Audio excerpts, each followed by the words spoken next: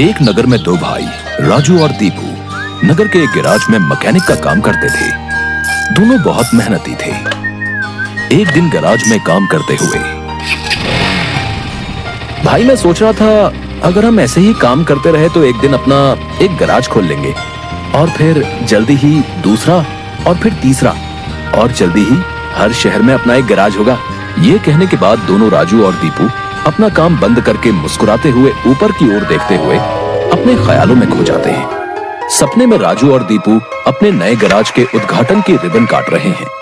तभी पीछे से उसकी पीठ पर कोई धक्का देता है और दोनों घबरा के सपने से बाहर आते हैं। राजू के बगल में उसकी गैराज का मालिक, ग्रे शर्ट, काले पैंट, सिमटे हुए बाल और आंखों पे चश्मा। तुम दोनों से एक काम सही से नहीं होता। कल एक गाड़ी तुम लोगों ने बना के दी थी, ग्राहक का फोन आया था, उनकी गाड़ी से धुआं निकल रहा है और रास्ते में बंद हो गई है। ये 1 महीने में तुम्हारी 8वीं शिकायत है। मैं तुम दोनों को अभी काम से निकालता हूँ। निकल जाओ मेरे गैराज से। मालिक, पर यह भी तो हो सकता है उसकी गाड़ी खराब हो। हमने तो ठीक से ही काम किया था। खराब गाड़ियों को ठीक करना ही हमारा काम है। निकल जाओ यहाँ से। और मालिक दोनों को धक्के मार के बाहर निकाल देता है। राजू और दीपू अपने छोटे से कमरे की बिस्तर पर हैं। सामने की दीवार पर विष्णु भगवान की तस्वीर टंगी है। दीपू राजू से, भाई हम हर जगह मन लगा के काम करते हैं, फिर भी हमें हर जगह से निकाल दिया जाता है। किसी को हमारी कद्र ही नहीं। हाँ भाई, यहाँ किसी को हमारी कद्र नहीं है। चल किसी दूसरी जगह जाते हैं, वहाँ शायद हमारी कीमत हो। भाई पर हम वहाँ करेंगे क्या? याद है माँ कहती थी कि भगवान का नाम लेने से सब मिल जाता है। हाँ चल सामान बांध, अब हम यही करेंगे। भगवान का नाम लेंगे और पैसे कमाएंगे। वो कैसे? अरे हम बाबा बन के लोगों को ज्ञान देंगे और उनसे पैसे लेंगे। वो तो ठीक है, पर हम लोगों को क्या ज्ञान देंगे? अरे वही जो माँ हमें देती थी। तू ज्यादा सवाल मत कर, सामान बांध। हम राजा सूर्यदेव के चंपक नगर जा रहे हैं। चंपक नगर में राजू और दीपू गेरुए धोती और गेरुई शॉल में, कंधे तक बाल, गले में रुद्राक्ष की माला, पैरों में खड़ाऊ, कंधे पे लटकी मटमैली गठरी, कलाइयों में बंधी रुद्राक्ष की माला, एक बड़े बरगद के पेड़ के नीचे बने चबूतरे के सामने।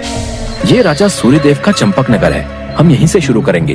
दीपू सुन, आज से तेरा नाम दीपू नहीं दीपेश्वर है, समझा? और मैं एक सिद्ध योगी। मैं यहाँ बैठता हूँ और ध्यान करता हूँ।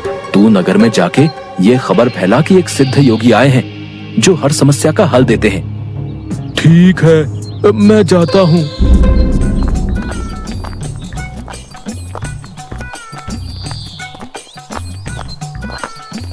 भाई हमारे सिद्ध बाबा जी के लिए कुछ दान दो। ये कौन से बाबा हैं और कहाँ हैं? बड़े सिद्ध बाबा हैं, उनके पास हर समस्या का हल है। नगर के बाहर जो बड़ा बरगद का पेड़ है ना, वहाँ ठहरे हुए हैं। अगर तुम्हें कोई समस्या हो तो उनसे जाके मिल लो, वो तुम्हें हल जरूर बताएंगे। पर हाँ, दान के लिए कुछ लेकर जरूर आना। हाँ, मैं जरूर आऊंगा। औरों को भी बता दो, पूरे नगर का भला हो जाएगा। जरूर बाबा जी, जरूर। राजू पेड़ के नीचे ध्यान में बैठा हुआ है और दीपू थैले में सामान लेके उसके पास जाता है। मैंने नगर में खबर फैला दी है, जल्दी ही लोग यहाँ आते होंगे। तुम तैयार रहो। मैं तो कब से तैयार हूँ, देखते हैं क्या होता है। राजू फिर से ध्यान में बैठ जाता है। तभी नगर के लोग वहाँ आने लगते हैं और हाथ जोड़ के नीचे बैठे हैं। बाबा, हमारा काम नहीं चल रहा, कृपा करें। आप जो भी दान के लिए लाए हैं बाबा के चरणों में रखें और बाबा से गुरु मंत्र लें। दुकानदार राजू के पास पैसे रखता है और हाथ जोड़कर खड़ा हो जाता है। राजू इशारे से दुकानदार को अपने पास बुलाता है और उसके कान में कहता है, श्री राम। हर बिक्री के समय मन में ये नाम का जाप करो, बिक्री बढ़ जाएगी। याद रहे, अपना ये मंत्र किसी को नहीं बताना, अपनी पत्नी को भी नहीं। जैसी आपकी आज्ञा बाबा जी। महाराज, आप राजकुमारी के लिए एक योग्य वर तलाश रहे थे। हमारे गांव में एक सिद्ध योगी आए हैं जो तेजवान हैं और राजकुमारी के लिए एकदम श्रेष्ठ हैं। गुरुदेव, मुझे आपके चयन पर पूरा विश्वास है। अगर आपने चुना है तो वो राजकुमारी के लिए अवश्य ही उत्तम होगा। सोने, जवाहरात और अनेक उपहार लाओ। हम अभी उन महान योगी के पास जाएंगे और उनसे राजकुमारी से विवाह करने का आग्रह करेंगे। हे तपस्वी, मैंने आपके बारे में जो सुना था, आप उतने ही तेजस्वी हैं। मेरा आग्रह स्वीकार करें। राजू ध्यान से आंख खोलकर राजा को देखते हुए, जी महाराज, कहिए क्या परेशानी है आपको? मेरी इच्छा है कि आप मेरी पुत्री से विवाह करें और ये उपहार स्वीकार करें। राजू काफी देर तक उपहार में लाए सोने, चांदी और अनेक वस्त्र और उपहारों को देखता है, फिर राजा की ओर मुड़ता है। महाराज, मैं तो एक सन्यासी हूँ, मुझे इन सब से क्या लेना? मुझे क्षमा करें, मैं आपकी बात नहीं मान सकता। दीपू चौंकते हुए राजू को देखता है। मैंने जो सुना था, आप उससे भी महान हैं। मुझे क्षमा करें यदि मैंने आपका अनादर किया हो। आप जब तक यहाँ हैं, मैं कोशिश करूंगा आपको कोई दिक्कत ना हो। और राजा सूर्यदेव को प्रणाम करके वापस चले जाते हैं। अरे राजू, ये क्या कर दिया तुमने? इतना अच्छा मौका हाथ से जाने दिया। अरे राज करते हम लोग। राज, तुम्हें ये क्या हो गया है? मैं यही सोच रहा था, लेकिन फिर मैंने सोचा कि इतने दिनों से ईश्वर का नाम लेते लेते इतना तो समझ आ गया है कि ईश्वर के नाम अमृत में ऐसा क्या है जो मीरा सारा राजसी ठाट छोड़कर वैरागन बन गई। क्यों प्रहलाद ने अपने पिता की इतनी यातनाएं सही?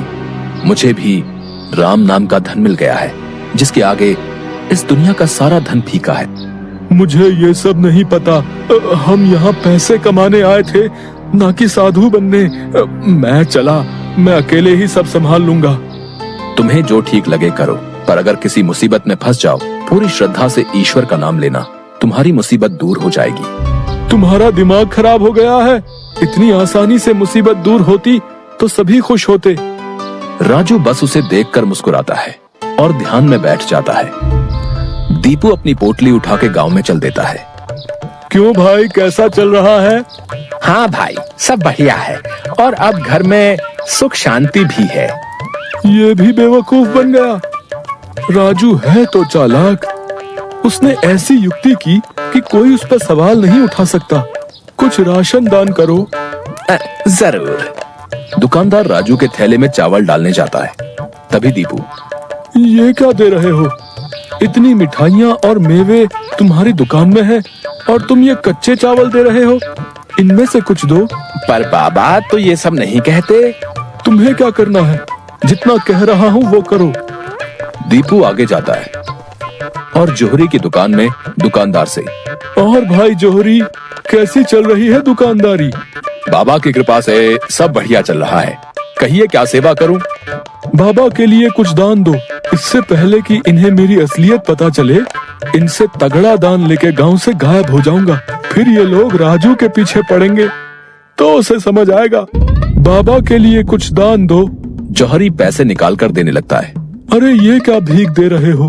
बाबा की कृपा से तुम्हारी दुकान चल रही है। इतने सारे जवाहरात हैं, इनमें से दो, कुछ कीमती सा। जितना दोगे उससे ज्यादा मिलेगा। ये बाबा को क्या हो गया है? कोई नहीं, बाबा को देने से मेरा क्या घटेगा। जौहरी एक सोने की हार दीपू को दे देता है। ये लीजिए बाबा। अच्छा धन बटोर लिया है मैंने। इससे काफी दिनों तक काम चल जाएगा। बड़ी भूख लग गई है, कुछ मिठाइयाँ खा लूं। दीपू एक पेड़ के नीचे बैठ के मिठाइयाँ खाने लगता है। तभी वहाँ 4 डाकू, चेहरे पे नकाब, काले कपड़े और हाथ में छुरी लेकर आ जाते हैं। जो कुछ भी है वो हमें दे दो, नहीं तो हम तुम्हें मार डालेंगे। दीपू डर से अपनी पोटली उन्हें दे देता है। तभी डाकुओं के सरदार का नकाब खुल जाता है। दीपू उसे देख लेता है। अब तुझे मरना होगा क्योंकि तूने मेरा चेहरा देख लिया है। हे भगवान, ये क्या हो रहा है? कैसे बचूं इनसे? भागने की कोशिश की तो ये लोग पकड़ लेंगे। क्या करूं? तभी उसे राजू की बात याद आती है। अगर किसी मुसीबत में फंस जाओ, पूरी श्रद्धा से ईश्वर का नाम लेना, तुम्हारी मुसीबत दूर हो जाएगी। दीपू आंखें बंद कर घुटने पर बैठकर, हे नारायण मेरी रक्षा करो, हे नारायण मेरी रक्षा करो। डाकू का सरदार दीपू को उठाकर, सुन, राजा के सिपाही हमारी ओर आ रहे हैं, इसलिए तुझे छोड़ रहे हैं। अगर तूने किसी को हमारे बारे में बताने की कोशिश की तो तुझे जिंदा नहीं छोड़ेंगे। ये ले अपनी पोटली। डाकू भाग जाते हैं। दीपू सामने से सिपाहियों को आते देख मन में, हे नारायण, मुझसे भूल हुई जो मैं राजू की बात को समझ नहीं पाया। मैं राजू के पास वापस जा रहा हूँ और उसके साथ रहकर आपके ध्यान में अपना जीवन बिताऊंगा।